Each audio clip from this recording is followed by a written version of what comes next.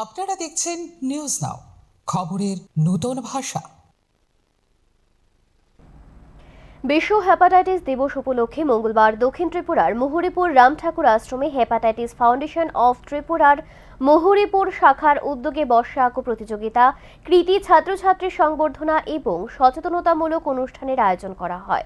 অনুষ্ঠানে প্রধান অতিথি হিসেবে উপস্থিত ছিলেন মুহুরীপুর হাসপাতালের ইনচার্জ ডক্টর রাকেশ চৌধুরী। এছাড়াও উপস্থিত ছিলেন ফাউন্ডেশনের বিভিন্ন পদাধিকারী ও বিশিষ্ট ব্যক্তিবর্গ।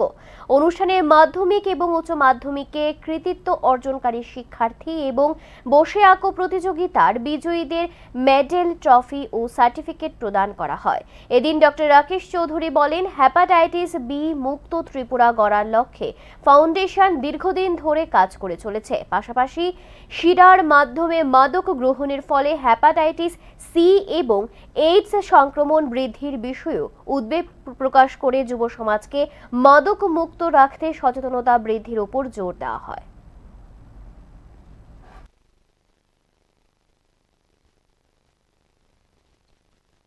বিশ্ব হেপাটাইটিস ডে উপলক্ষে আমাদের হেপাটাইটিস ফাউন্ডেশন অফ ত্রিপুরার মুহুরীপুর শাখার তরফ থেকে আমরা আজকে যে অনুষ্ঠানটা আয়োজন করেছি, এটা বিশেষত সমাজের কাছে আমি এই বার্তাটা পৌঁছাতে চাই। এই যে হেপাটাইটিস যে রোগটা, এটা সম্পর্কে মানুষ যাতে একটু সচেতন হয় এবং এই যে ড্রাগের যে অপব্যবহার, মাদকের যে অপব্যবহার, এটা সম্পর্কে মানুষ যাতে একটু সচেতন হয়। এবং সচেতন থাকলেই আমরা এরকম মারণ ব্যাধিগুলোর থেকে, যেটা বর্তমানে দেখা যাচ্ছে যে খুব বেশি পরিমাণে ছড়িয়ে পড়ছে, এরকম মারণ ব্যাধির থেকে আমরা তাহলে মুক্তি পেতে পারি। এই মেসেজটাই এবং এই